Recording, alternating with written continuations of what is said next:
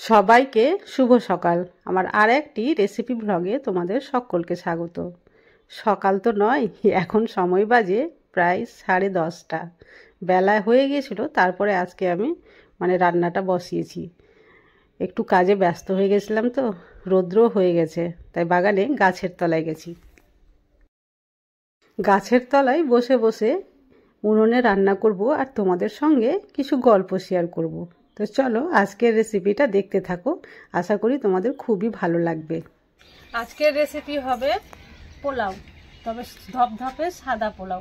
তোমরা তো পোলাও অনেক রকমই খেয়েছো, হলুদ পোলাও, লাল পোলাও, কিন্তু একেবারে ঝরঝরে দেশি সাদা পোলাও যেটা আমাদের গ্রামে আর কি হয়, গ্রাম্য স্টাইলে খেতে খুবই ভালো লাগে, সেই পোলাওটাও আমি তোমাদের সঙ্গে আজকে শেয়ার করব। তো মাপটা প্রথমে বলে দিই তোমাদের, যে এখানে আমি চাল নিয়েছি 1 গ্লাস মাপ করে 2 গ্লাস। তো 2 গ্লাস যদি চাল নেওয়া হয় তাহলে জল নিতে হবে এখানে 4.5 গ্লাস। এই গ্লাসের 4.5 গ্লাস এখানে জল নিয়েছি। এবার এই জলটাকে গরম করতে হবে, ফুটন্ত গরম জল লাগবে। তো আমি এটা অন্য জায়গাতে গরম হতে দেবো, তো এটাতে 2টো তেজপাতা দিয়ে এটা গরম হতে দিচ্ছি। ওই যে চালগুলো পড়ে গেছে জলের ভেতরে, ওই যে ওই একই গ্লাসে মেপেছিলাম, তো তাই খুব ভালো করে আমি ধুয়ে নেবো যাতে কোনো রকম গন্ধ না থাকে। আর এটাতে এভাবে রেখে জল ঝরিয়ে দিব, যাতে জলটা ঝরেও যায়, আর খুব শুকনো না হয়, কিন্তু জল যাতে ঝরে যায়। চাল ধোয়া হয়ে গেছে, এবার আমি জল ঝরতে এটা রেখে দিচ্ছি। আর অন্যদিকে একটু পেঁয়াজ কেটে নিই, কারণ পেঁয়াজের বেরেস্তাও ভাজতে হবে। পেঁয়াজগুলো একটু বড় বড় সাইজের কাটতে খুব অসুবিধা, যদিও সরু সরু করে কাটতে হবে, কিন্তু পারছি না আমি।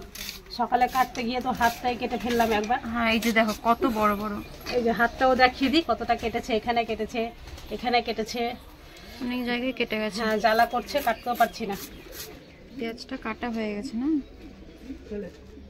খুব সরু সরু করতে পারিনি, হাতটা কেটে গেছে তো, কিন্তু যাই হোক কাটা তো হয়ে গেছে। একটু সময় লাগবে ভাজতে, মুচমুচো করে ভেজে নিতে হবে। ঠিক আছে। এদিকে এই যে কতগুলো ময়লা, উনুনটা ধরে নিয়েছে, আর এই কড়াইটা বসাবো। দেখো এখানে কিন্তু সাবান লাগানো আছে, কারণ কোনো কালি হবে না। সাবান লাগালে কালি হয় না। আমরা এর আগের একটা ভিডিওতে দিয়েছিলাম মনে হয় না। হ্যাঁ, আজকে মেজে দেখাবো পরিষ্কার করে সত্যি সত্যি কালি হচ্ছে কি হচ্ছে না। হবে না, হবে না।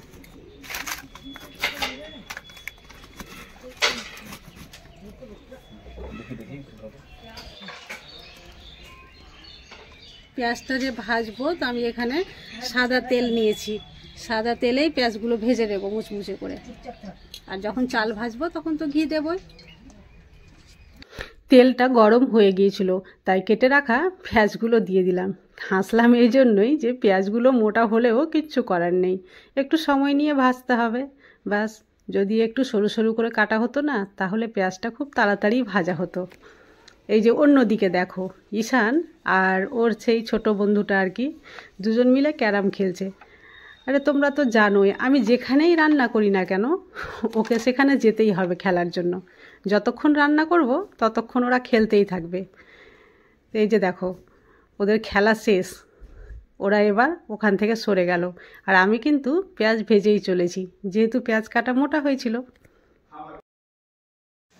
কিছুক্ষণের জন্য উনুনটা ছেড়ে দিয়ে আমি ঘরে চলে গিয়েছিলাম, আর কিয়াকে বলে গিয়েছিলাম একটু পেঁয়াজটা তুই দেখিস, কারণ আমি দুধ আর লেবু আর চিনি 3টাই আনতে ভুলে গেছিলাম। বুঝতেই পারছো, বাড়ি থেকে বাইরে এসে শ্যুট করা বারে বারে জিনিসগুলো নিয়ে আসা। কি আছে মা? হ্যাঁ হ্যাঁ হ্যাঁ, ঠিকই তো, ভুলে গেছিলাম। আর আমি না হলে ভুলে যাই, যে চিনিটা ভুলে গেছিলাম, এটাও নিয়ে আসলাম। আর ওইদিকে পেঁয়াজটা একটু নাড়িস নি, তো ভালোই তো আছে, খারাপ তো হয়নি। একটু নাড়তে হতো না, নিচটা লাল হয়ে গেছে, উপরটা লাল হয়ে আছে। নাড়ো নাড়ো।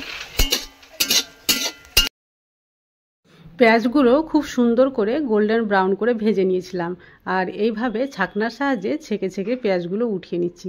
কিয়াকে বলে গিয়েছিলাম তুই পেঁয়াজটা একটু দেখিস, ও কিন্তু এই ফাঁকে ফাঁকে পড়ছিল, পড়তে পড়তে কিন্তু ভুলেই গেছে যে আমি ওকে বলে গেছি যে পেঁয়াজটা নাড়িস। তো যাই হোক, উনুনের আঁচটা একটু কম ছিল, তাই রক্ষা পেয়েছে। কিছু গোটা মশলা রয়েছে, মোহরি রয়েছে এখানটায়, আর গরম মশলা। মোহরিটা দিলে খুব সুন্দর সেন্ট ছুটে, তো আমি এখানে মোহরিটা ইউজ করছি। আর 2টো তেজপাতা, এগুলো সব আমি এই তেলে দিয়ে গোটা মশলাগুলো যখন তেলে দিচ্ছিলাম তো ভালো করে ঠিকঠাক শ্যুট করা হয়নি, তাই আমি তোমাদের আবারও বলে দিচ্ছি যে আমি দিয়েছিলাম গরম মশলা, 2টো তেজপাতা আর মুহুরি, আর সেটা একটু ভাজা ভাজা হলে দিয়ে দিচ্ছি এই ধুয়ে রাখা চাল, আর খুব সুন্দর করে ভেজে নিতে হবে। এই চাল ভাজাটা একটু মনোযোগ দিয়েই ভাজতে হবে, কারণ এই পোলাও করতে গেলে চাল ভাজাটাই হলো আসল। এখানে নিয়ে নিয়েছি কাজু আর কিশমিশ, আর এগুলো এই চাল ভাজার সঙ্গেই দিয়ে দিচ্ছি। পোলাওয়ে ড্রাই ফ্রুট দিলে খুব ভালো লাগে, আর এই চাল ভাজার সময় দিলে তো আরও বেশি ভালো হয়, কারণ সেগুলো সুন্দর ভাজা ভাজা হয়ে যায়।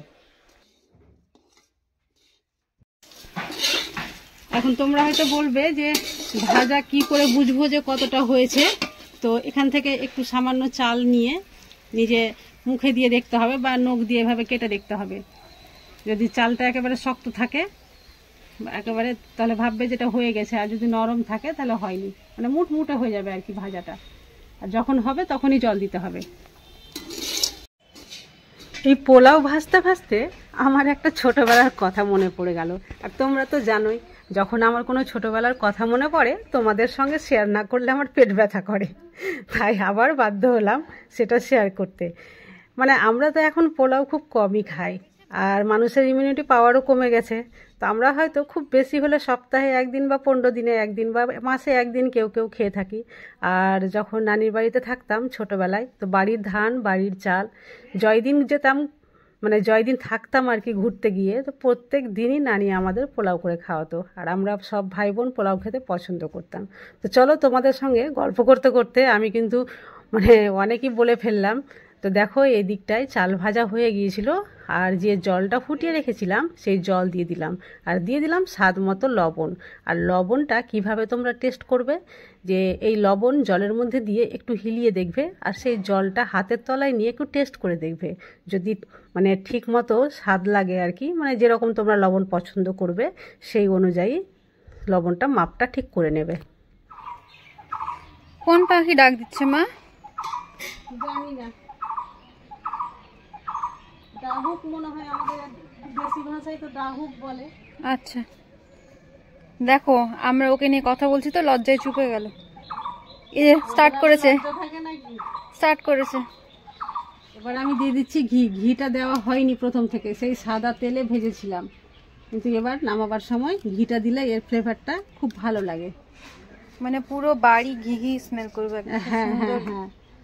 এবার এরপরে যখন এটা মানে হয়ে আসবে তখন দিব দুধ, লেবু, চিনি সব একে একে দিতে থাকবো আমি। এবার আমি ঢাকা দিয়ে দিই এটাকে।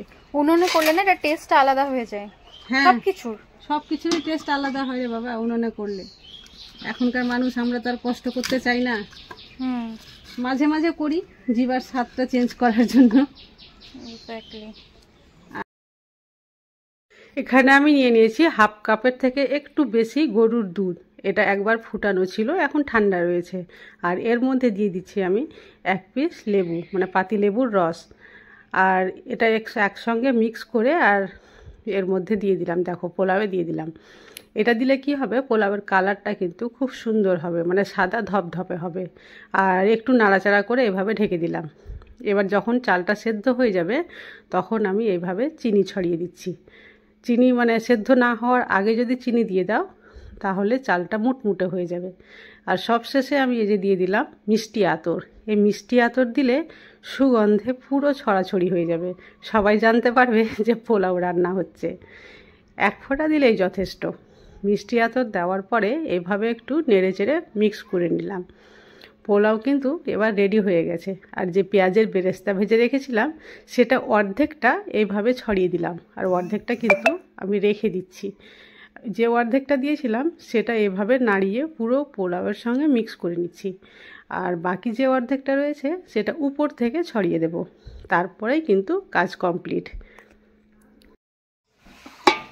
এই যে কমপ্লিট, দেখতে পাচ্ছ কত সুন্দর হয়েছে,